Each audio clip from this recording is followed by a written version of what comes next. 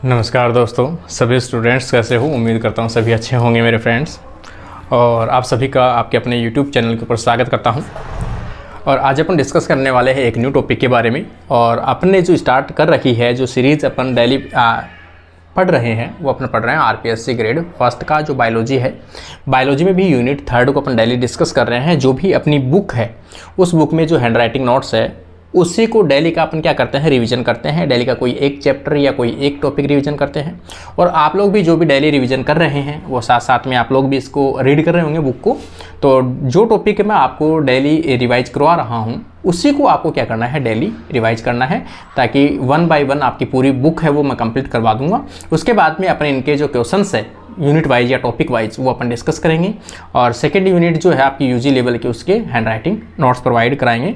अभी उसके ऊपर मैं स्टार्ट करूँगा तो वो जल्दी आपको प्रोवाइड करवा दूँगा, है ना। तो आज का अपना स्टार्ट करते हैं अपन माइक्रोस्कोपी। देखो माइक्रोस्कोपी का मतलब होता क्या है। माइक्रोस्कोपी का मतलब होता है कि किसी भी माइक्रो या माइनर चीज़ को ऑब्जर्व करना, उसको लार्ज साइज में देखना, ठीक है ना। कोई भी एक छोटे सी माइक्रो पार्टिकल्स है उसको अपन क्या चाहते हैं, एक बड़ी मैग्नीफाई करके उसको बड़े पर्दे पे बड़ी आराम से, मतलब उसको अपन ये कह सकते हैं उसको फैला कर देख सकते हैं ऊपर। उसकी जो फिजिकल चीज़ है जैसे उसकी साइज़ जो है 1 mm है तो उसकी फिजिकल प्रॉपर्टी को अपन विदाउट चेंज करे उसको मैग्नीफाई करने की जो प्रॉपर्टी है उसे अपन क्या कहते हैं, माइक्रोस्कोपी कहते हैं। माइक्रोस्कोपी में खास तौर से जो लेंस हैं यूज़ में आते हैं। और लेंस क्या करते हैं, उसकी साइज़ को मैग्नीफाई करके अपने को दिखाते हैं, ठीक है ना। उसे अपन कहते हैं मैग्नीफिकेशन। अलग अलग जो माइक्रोस्कोपी है, अलग अलग माइक्रोस्कोपी की अलग अलग कैपेसिटी होती है कि वो कौन सी चीज़ को कितना दिखा पाता है, कितना एनलार्ज करके दिखा पाता है। तो जितनी ज़्यादा वेवलेंथ कम होगी उतनी ही रिजोल्यूशन पावर है, एनलार्जमेंट करने की क्षमता है वो ज़्यादा होती है, ठीक है ना। तो जैसे एक तो अपन विजुअल लाइट में जो लाइट माइक्रोस्कोपी है वो अपन देखते हैं, जो लैब में आप लोग 12th क्लास से ही देखना स्टार्ट कर देते हो। एक तो वो होती है जैसे अपन सनलाइट की तरफ नीचे का जो ऑब्जेक्ट होता है उसको नीचे की तरफ जो मिरर होता है उस मिरर को अपन क्या करते हैं, सनलाइट के इस प्रकार से एंगल बनाते हैं कि उसकी जो लाइट रिफ्लेक्शन है वो ऊपर की तरफ आए और अपन उसके अंदर देखते हैं। एक अपना होता है कि अपन जैसे कंपाउंड माइक्रोस्कोप जो मेरे पास भी पड़ा है तो अपन क्या करते हैं उसमें उसको लाइट में लगाते हैं, लाइट ऑन करते हैं। लाइट ऑन करते ही नीचे छोटी सी LED लगी होती है, उससे लाइट आती है तो वो क्या पड़ती है, जो स्टेज है उसके ऊपर गिरती है। वहाँ पर अपने स्लाइड रख रखी है, वहाँ से अपने को देख सकते हैं अपन, ठीक है ना। तो इसमें मैं आपको दिखा देता हूँ थोड़ा सा। जैसे अपन देखेंगे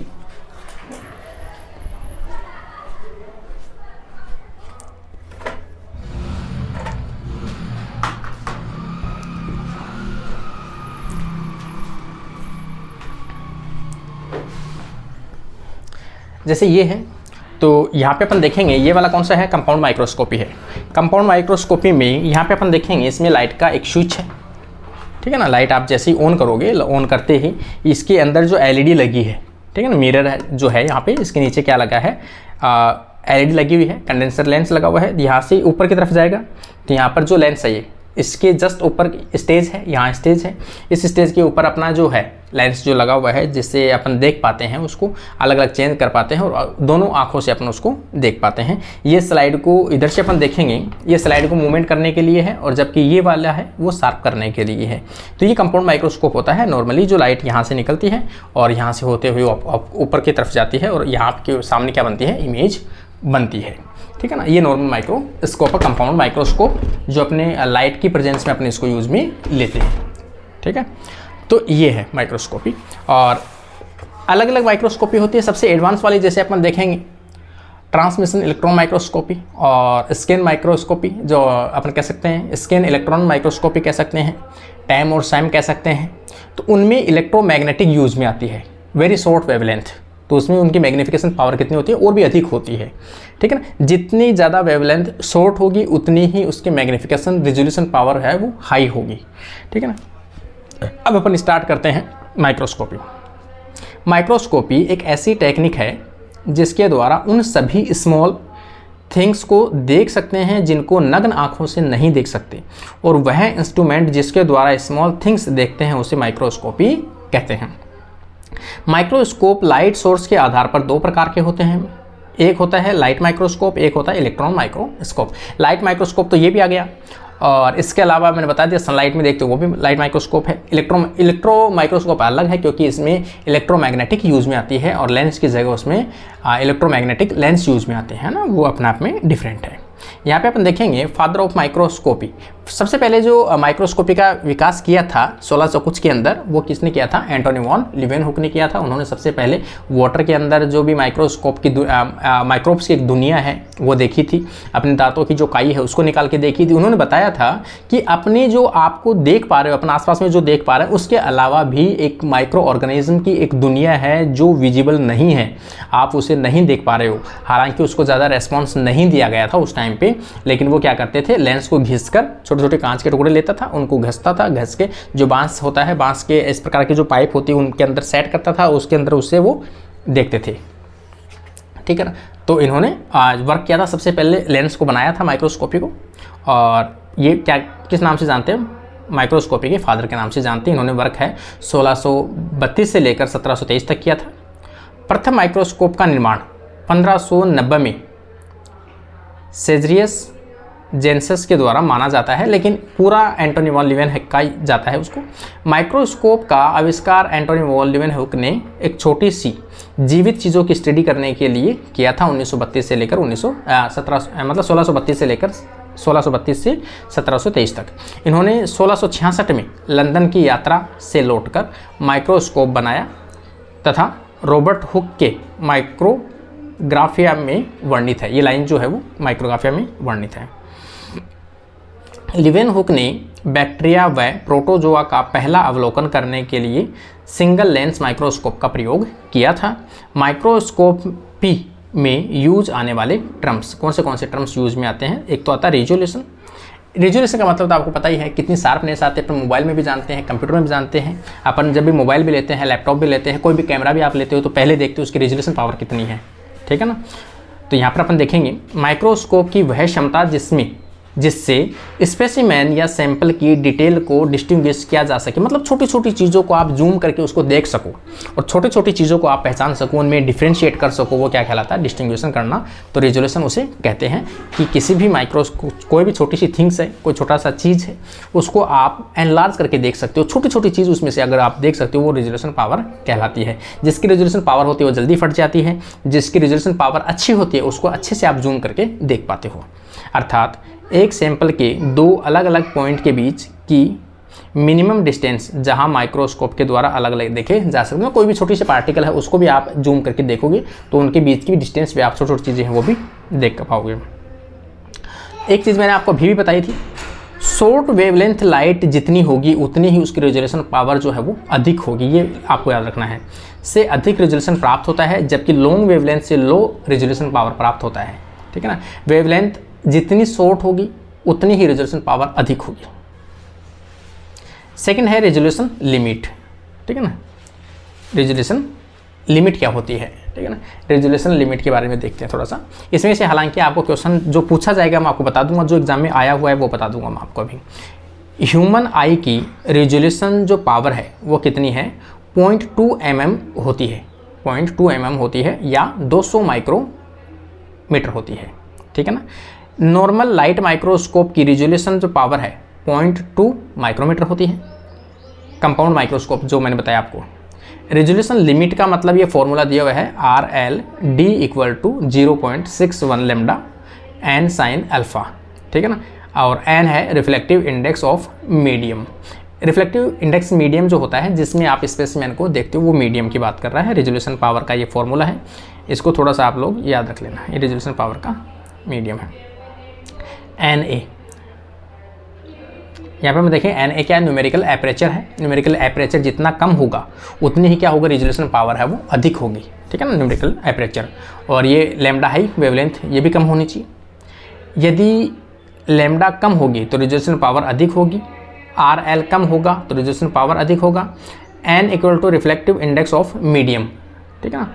रिफ्लेक्टिव इंडेक्स ऑफ मीडियम वह मीडियम जहाँ से लाइट पास होती है उसे स्पेसिमेन लेंस के बीच में, ऑब्जेक्ट के बीच में रखा जाता है। जैसे एयर के अंदर अपन नॉर्मल किसके अंदर देखते हैं, एयर, नॉर्मल एयर रहती है, अपन उसी में लगा के देख लेते हैं। तो एयर की जो रिफ्रैक्टिव इंडेक्स जो होता है वो हमेशा कितना होता है, 1 होता है। वेरी वेरी इंपॉर्टेंट है, ये क्वेश्चन एग्जाम में पूछा जा चुका है। और एक क्वेश्चन और इसमें से आ चुका है कि जो टर्पिन ऑयल जो है, इमर्सन ऑयल जो है, टर्पिन ऑयल है, इसका जो है ये रिफ्रैक्टिव इंडेक्स जो होता है वो कितना होता है, तो 1.5 होता है। ये क्वेश्चन भी शायद फर्स्ट ग्रेड में आ चुका है। ये क्वेश्चन यूं आया था, ऑयल इमर्सन या टर्पिन ऑयल का जो रिफ्रैक्टिव इंडेक्स जो होता है वो कितना होता है, 1.5 होता है। ये शायद इस बार भी आया था, असिस्टेंट प्रोफेसर में भी आया था, लास्ट बार फर्स्ट ग्रेड में भी आया था, यूं क्वेश्चन आता था ये तो, ठीक है ना। तो ये वेरी वेरी इंपॉर्टेंट है। इमर्सन ऑयल, एक चीज़ इसमें और पूछी जा सकती है, इमर्सन ऑयल कब यूज में लिया जाता है, कितने एक्स पे आप देखते हो तब, तो 100x के ऊपर अगर आप देखते हो तो आप इमर्सन ऑयल का यूज में लेना जरूरी होता है। और इमर्सन ऑयल को लिए अपन कह सकते हैं टर्पिन ऑयल को यूज में लेना जरूरी होता है। इसलिए इसकी जो रिफ्लेक्टिव इंडेक्स कितनी होती है, 1.5 होती है। अल्फा इक्वल टू क्या होता है, हाफ एपरेचर। जैसे लेंस जो बनता है, कौन जो बनता है ये वाला, यहाँ पे अपन देखें ये वाला जो होता है उसे क्या कहते हैं, अल्फ़ा कहते हैं। ये वाला, ये ऐसी चीज़ें समझाने के तो है नहीं, वैसे इनमें से कुछ खास है भी नहीं। और आगे अपन देखेंगे रेजोल्यूशन जो लिमिट में विजिबल लाइट 300 नैनोमीटर एयर तथा 200 नैनोमीटर इमर्सन ऑयल यूज में ली जाती है। ये भी कभी पूछा नहीं गया मेरे अकॉर्डिंग तो। लाइट माइक्रोस्कोपी में इमर्सन ऑयल का यूज रिजॉल्विंग पावर को इंक्रीज करने के लिए किया जाता है, ये मैंने बता दिया। 100x पे आप तभी देख सकते हो जब इमर्सन ऑयल के अंदर सैंपल को यूज में लेते हो। इमर्सन ऑयल के रूप में जैसे पैराफिल्म ऑयल यूज में ले सकते हो, और सेडवुड ऑयल जो है वो यूज में ले सकते हो। रेजोल्यूशन पावर बढ़ाई जा सकती है। रेजोल्यूशन पावर में बढ़ाने के लिए ये फैक्टर देखो वेरी वेरी इंपॉर्टेंट है। ये पूरा चैप्टर, ये पूरी लाइनें जो है वो वेरी वेरी इंपॉर्टेंट है। एग्जाम में इनमें से कोई भी सेंटेंस आ सकता है, आपको याद रखना है। रेजोल्यूशन बढ़ाने का कारण कौन सी चीज़ें ऐसी होगी जो रेजोल्यूशन पावर को इंक्रीज करती है, आपको याद रखना है। 1/2 एंगुलर एपरेचर, जो अल्फा को अगर बढ़ाते हो तो रेजोल्यूशन पावर बढ़ती है। रिफ्रैक्टिव इंडेक्स को बढ़ाते हो तो रेजोल्यूशन बढ़ती है। वेवलेंथ को घटाते हो, मतलब शॉर्ट वेवलेंथ यूज में लेते हो तो भी क्या होती है, रेजोल्यूशन पावर बढ़ती है। नॉर्मल कंपाउंड माइक्रोस्कोप की लैम्डा कितनी होती है, ये विजिबल रेंज है 400 से 700 होती है। अल्ट्रा वायलेट जो यूवी माइक्रोस्कोपी होता है इसमें शॉर्ट वेवलेंथ होती है, इसलिए जो विजिबल माइक्रोस्कोप है उससे कहीं ज़्यादा इसकी क्या होती है, रेजोल्यूशन पावर अच्छी होती है। किसकी, अल्ट्रा वायलेट माइक्रोस्कोप की। क्यों होती है, क्योंकि इसकी जो वेवलेंथ है वो क्या होती है, विजिबल से कम होती है। तो इसमें वेवलेंथ जो है वो 200 से 400 नैनोमीटर यूज में ली जाती है। इससे इनकी रेजोल्यूशन पावर जो है माइक्रोस्कोपी की अधिक होती है। लैम्डा जितना कम होगा रेजोल्यूशन पावर उतना अधिक होगा। एक इसमें देखोगे रेजोल्यूशन जो है, रेजोल्यूशन के आधार पे अगर आप देखोगे तो यहाँ पर सबसे कम किसकी है, कंपाउंड माइक्रोस्कोपी, उसके बाद में किसकी, अल्ट्रा वायलेट की, उसके बाद में किसके है, इलेक्ट्रॉन माइक्रोस्कोपी की है, ठीक है ना। और लैम्डा अगर अपन इनका देखेंगे कितना कितना है, तो कंपाउंड की कितनी है 400 से 700, और अल्ट्रा वायलेट का 100 से 300, और इसका इलेक्ट्रॉन माइक्रोस्कोप का कितना है 1 से 10 एंगस्ट्रॉम। मैग्नीफिकेशन भी वही है, उसकी एबिलिटी की वो आपको कितना एनलार्ज करके दिखाता है, ठीक है ना। किसी भी एक्स पे देखते हो तो आपको कितना बड़ा दिखाई देता है, वो उसकी क्या है, मैग्नीफिकेशन पावर होती है। ये लेंस पे डिपेंड करता है। माइक्रोस्कोप की वह एबिलिटी जिसमें किसी वस्तु के वास्तविक आकार को बिना बदले, मतलब जो माइक्रोस्कोप आपने रखा है 1 mm का, वो तो वही रहेगा 1 mm का, लेकिन आपको दिखेगा बड़ा, ठीक है ना। तो उसकी वास्तविक आकार में बड़ा लार्ज दिखाई देता है। Magnification is the process of enlargement of something only in appearance not in physical size. केवल दिखने में बड़ा होगा, उसकी फिजिकल साइज में कोई चेंज नहीं होगा। मैग्निफिकेशन लेंस की क्वांटिटी पर डिपेंड करता है। लेंस आप डालोगे वैसे ही होगा, नीचे 10 का डाला ऊपर 10 का डाला है तो 100x दिखाई देगा, सेम ऐसे ही है। तो यहाँ पर जैसे मान लो कि आई लेंस, इधर आई लेंस डाला आपने, इधर ऑब्जेक्टिव लेंस है नीचे की तरफ, तो दोनों कैसे हैं, 10 का यूज़ में लिया आपने, तो मैग्निफिकेशन पावर कितनी हो गई, 100x हो गई। यहाँ पे आई लेंस में 10 है और नीचे ऑब्जेक्टिव में कितने 40 है, तो यहाँ पर कितना हो गया 400। यहाँ पे 10 है और ऑब्जेक्टिव में कितना लिया 100 ले लिया आपने, तो ये कितना हो गया 1000x हो गया। और मोस्टली जो माइक्रोस्कोप अल्ट्रा वाले, ये नॉर्मल जो माइक्रोस्कोप होती है कंपाउंड वगैरह, इनकी जो मैग्निफिकेशन जो होती है वो कितनी होती है 1000x ही होती है। क्यों होता है, क्योंकि इनमें नीचे की तरफ जो लेंस लगा होता है, जैसे इसमें भी अगर अपन बात करेंगे तो नीचे की तरफ जो लेंस लगा होता है यहाँ पर मैक्सिमम जो है वो कौन सा है, देखो ये देखोगे यहाँ अगर आपको दिखाई दे रहा होगा तो यहाँ पर 100x लिखा हुआ है। ये देख लो आप, यहाँ पे ये दिख रहा है, ये देख लो 100x लिखा हुआ है। इस पर एक लाइन और लिखी है 100x के साथ साथ, यहाँ पे आप देखोगे 100x के साथ में इसमें इमर्सन ऑयल भी लिखा हुआ है। ये देखो ये लिखा हुआ है, ऑयल लिखा हुआ है इसके साथ में, तो ये ऑयल के साथ में यूज में आता है ना, immersion oil. Note, benzidine dye mostly heme group रखने वाले प्रोटीन व न्यूक्लिक एसिड को स्टेन करने के लिए यूज में आती है। ये शायद ये लेंस वाली था, माइक्रोस्कोपी वाला।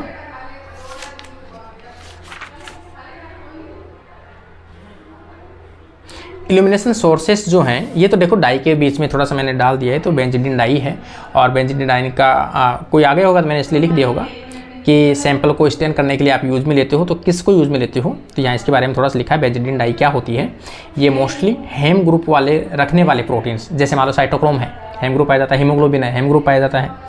न्यूक्लिक एसिड को स्टेन करने के लिए यूज़ में लिया जाता है। फ्यूजिन, ये कई बार एग्जाम पूछा जाता है, ये तो लास्ट बार भी आई थी। फ्यूजिन जो न्यूक्लिक एसिड को स्टेन करने के लिए यूज़ में आता है, डीएनए को स्टेन करने के लिए यूज़ में आता है, डीएनए के साथ में बाइंड होने वाली डाइन है, क्या है, डाई है। तो फ्यूजिन तो वेरी इंपॉर्टेंट है। ल्यूमिनेशन सोर्स मतलब लाइट का सोर्स कौन से आप यूज में ले सकते हो। इल्यूमिनेशन सोर्स जो होता है, इल्यूमिनेशन सोर्स होता है लाइट सोर्सेस। तो यहाँ पर अपन एक तो जाता है विजिबल लाइट माइक्रोस्कोपी में, तो यहाँ पर सनलाइट हो सकती है, या जैसे इसमें लगा है बल्ब, ये बल्ब वाला पॉइंट है, तो यहाँ पर जो बल्ब लगा है बल्ब वाला हो सकता है, या सनलाइट हो सकती है। अल्ट्रावायलेट भी हो सकता है, तो यहाँ पर फ्लोरोसेंट हो सकता है, फ्लोरोसेंस हो सकता है, हाइड्रोजन हो सकता है, और यहाँ पर ड्यूटेरियम लैंप हो सकता है, GR लैंप हो सकता है, और ये जिनार्क लैंप हो सकता है। एक इलेक्ट्रॉन माइक्रोस्कोपी में देखेंगे तो मैंने अभी भी बताया आपको, इलेक्ट्रॉन जो बीम है वो यूज में आती है। इलेक्ट्रोमैग्नेटिक जो बीम है, इलेक्ट्रो बीम यूज आती है, जो इलेक्ट्रो गन से निकलती है। किससे निकलती है, इलेक्ट्रॉन गन से निकलती है। तो यहाँ पर जो सोर्स है वो क्या है, इलेक्ट्रॉन गन है, और जो निकलती है रेज निकलती है वो कौन सी होती है, इलेक्ट्रॉन बीम होती है, इलेक्ट्रोमैग्नेटिक बीम होती है वो। देखो नोट, आज मोस्टली जो है इलेक्ट्रॉन जो बीम यूज में ली जाती है लाइट को, या फिर अपन कहें बल्ब जो यूज में लिया जाता है, इसके अंदर अपन देखेंगे तो यहाँ पर अपन टंगस्टन जो हैलोजन बल्ब को यूज में लिया जाता है लाइट सोर्स के रूप में, ठीक है ना। एक चीज़ इसमें कैरेक्टर आता है स्पेसिमेन को फिक्सेशन करने के लिए।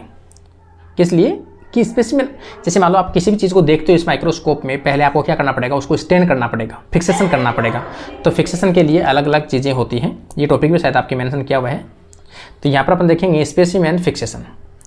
जब किसी ऑर्गेनिज्म को लैब में लॉन्ग टाइम के लिए स्टोरेज किया जाता है या विशेष केमिकल यूज, हाँ ये तो ये वाला है स्पेस फिक्सेशन। जैसे मान लो कि आपके लैब में छोटे छोटे ग्लास पड़े होते हैं, उनके अंदर ऑर्गेनिज्म पड़ा है, सांप है, बिच्छू है, प्रॉन है, या कोई भी हो सकता है, फिश हो सकती है, वो सभी चीज़ें उसमें पड़ी है, तो वो कई लंबे टाइम तक ख़राब क्यों नहीं होती है, उसमें कौन से केमिकल होते हैं फिक्सेशन के लिए लॉन्ग टाइम के प्रिजर्व कर सकते हो आप। तो उसमें मोस्टली फॉर्मेल्डिहाइड जो होता है वो यूज में लिया जाता है, फॉर्मेलिन यूज में लिया जाता है। कौन सा, फॉर्मेलिन।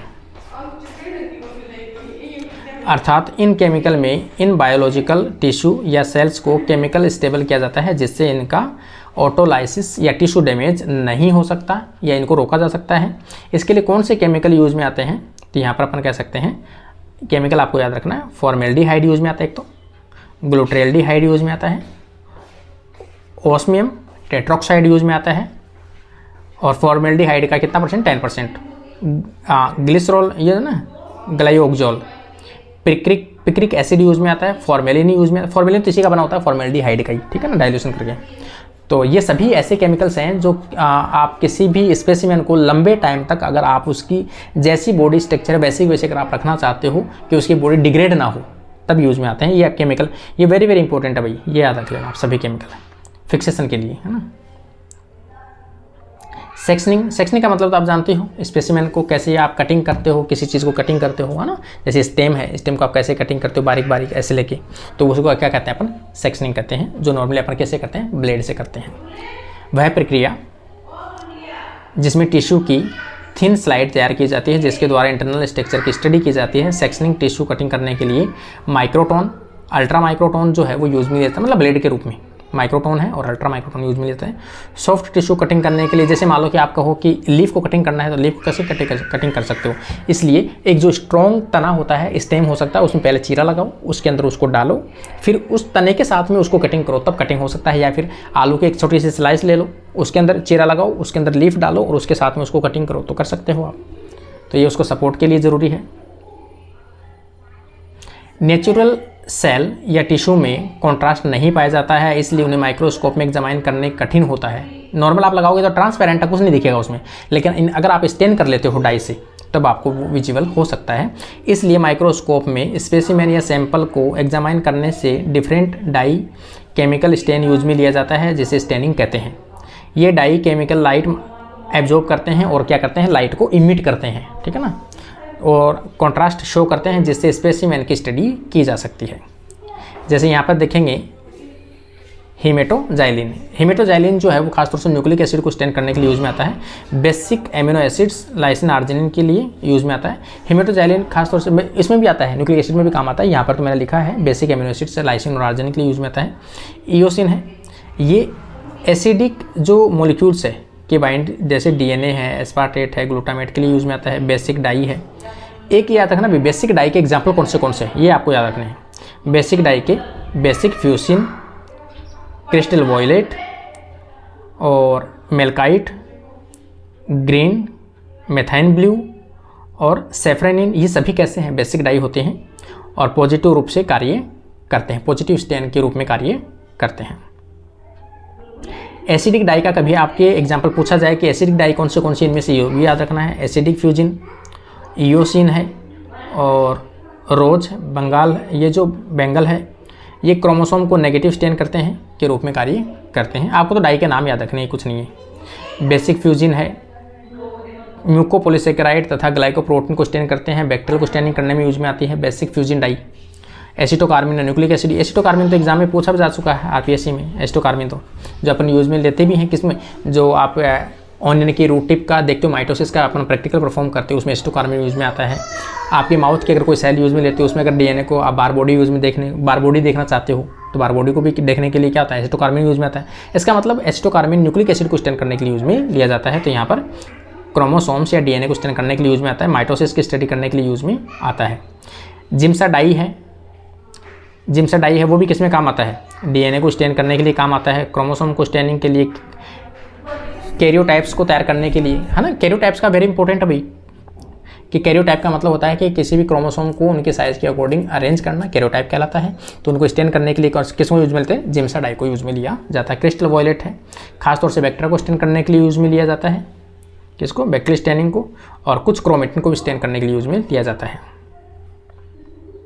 ठीक है ना। ये चीज़ें तो देखो बेसिक चीज़ें हैं भाई। सेफ्रेनिन है, कार्मिन, ये तो आप लोग एक बार देख लेना इसको। कॉटन ब्लू है, लैक्टोफिनॉल कॉटन ब्लू है, ये खासतौर से फंजाई को काइटिन को यूज में स्टेन करता है, इसलिए फंजाई को यूज में आता है। लैक्टोफिनॉल कॉटन ब्लू है, फिनॉल है, लैक्टिक एसिड है, कॉटन ब्लू है, ये सभी फंजाई को करने के लिए काम आते हैं। फास्ट ग्रेन जो है, खासतौर से आपकी जो सेकेंडरी मतलब कह सकते हैं सेकेंडरी ग्रोथ जो होती है प्लांट के अंदर, और उनमें सेकेंडरी जाइलम और फ्लोएम जो वेस्कुलर टिश्यू पाया जाता है, उसको स्टेन करने के लिए इसमें फास्ट ग्रेन यूज में आता है। फास्ट ग्रेन का मतलब होता है पहले आप सेफ्रन से स्टेन करोगे, सेफ्रन से स्टेन करने के बाद सेकेंड राउंड जो वाटर के वॉश करने के बाद में यूज में लोगे, तब आप कौन से लोगे, फास्ट ग्रेन से स्टेन करोगे। तो उसमें आपको जाइलम और फ्लोएम अच्छे से आप डिफ्रेंशिएट कर सकते हो नॉर्मल सेल से, तो उसमें यूज में आता है fast grain. Visual microscope normal है, अल्ट्रावायलेट माइक्रोस्कोप है, ये तो इनके छोटे छोटे केमिकल के नाम दे रखे मैंने, हालांकि इतना आपको यूज में लेने की आवश्यकता है नहीं। इलेक्ट्रॉन माइक्रोस्कोपी का जरूर आपको याद रखना है। इलेक्ट्रॉन माइक्रोस्कोपी में हैवी मेटल स्टेनिंग के लिए यूज में लेते हैं, जैसे मेटल यूज टिश्यू को डेंसिटी बढ़ाते हैं, जिससे टिश्यू यूज में आती है। तो देखो इलेक्ट्रॉन माइक्रोस्कोपी का अभी भी आरपीएससी फर्स्ट इसमें स्कूल लेक्चर असिस्टेंट प्रोफेसर पूछा गया था कि इलेक्ट्रॉन माइक्रोस्कोपी में स्टेन करने के लिए किसको यूज में लेते हो, तो गोल्डन को यूज में लिया जाता है, और फेरकिन प्लेटेनियम को यूज में लिया जाता है, लीड को यूज में लिया जाता है, लेड को, और यूरेनियम सॉफ्ट को यूज में लिया जाता है। ट्रांसमिशन इलेक्ट्रॉन माइक्रोस्कोपी में मोस्टली ओस्मियम, हाँ ये याद रखना, OSO4 ओस्मियम टेट्रा ऑक्साइड को यूज में लिया जाता है, किसमें, टैम में, को स्टेनिंग एजेंट के रूप में यूज में। वेरी वेरी इंपॉर्टेंट है भाई, ये चीज़ें तो पूरी याद रख लेना भाई, वेरी वेरी इंपॉर्टेंट है।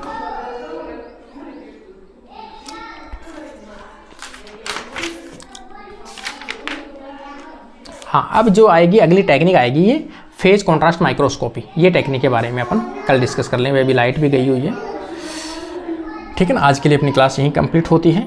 आप लोग डेली रेगुलर वीडियो पे बने रहिए और आप लोग डेली भी रीड कीजिए, कोशिश कीजिए। मैं भी पूरे टाइम निकाल कोशिश कर रहा हूँ आप लोगों के लिए। आप भी उतनी मेहनत कीजिए ताकि किसी स्टूडेंट का सिलेक्शन होता है तो काफ़ी मुझे खुशी मिलेगी इस चीज़ के लिए कि मैंने थोड़ी सी कोशिश की, आप लोगों ने भी मिलकर मेरा साथ दिया है। तो अपने फ्रेंड्स तक ज़रूर शेयर कीजिए। तो सभी इस चीज़ को रीड करते रहें, सभी अपनी सोल्यूशन करते रहें, और फिर भी डाउट आता है तो कमेंट सेक्शन में कमेंट जरूर कीजिए। आज के लिए अपनी क्लास कंप्लीट होती है। Thank you friends.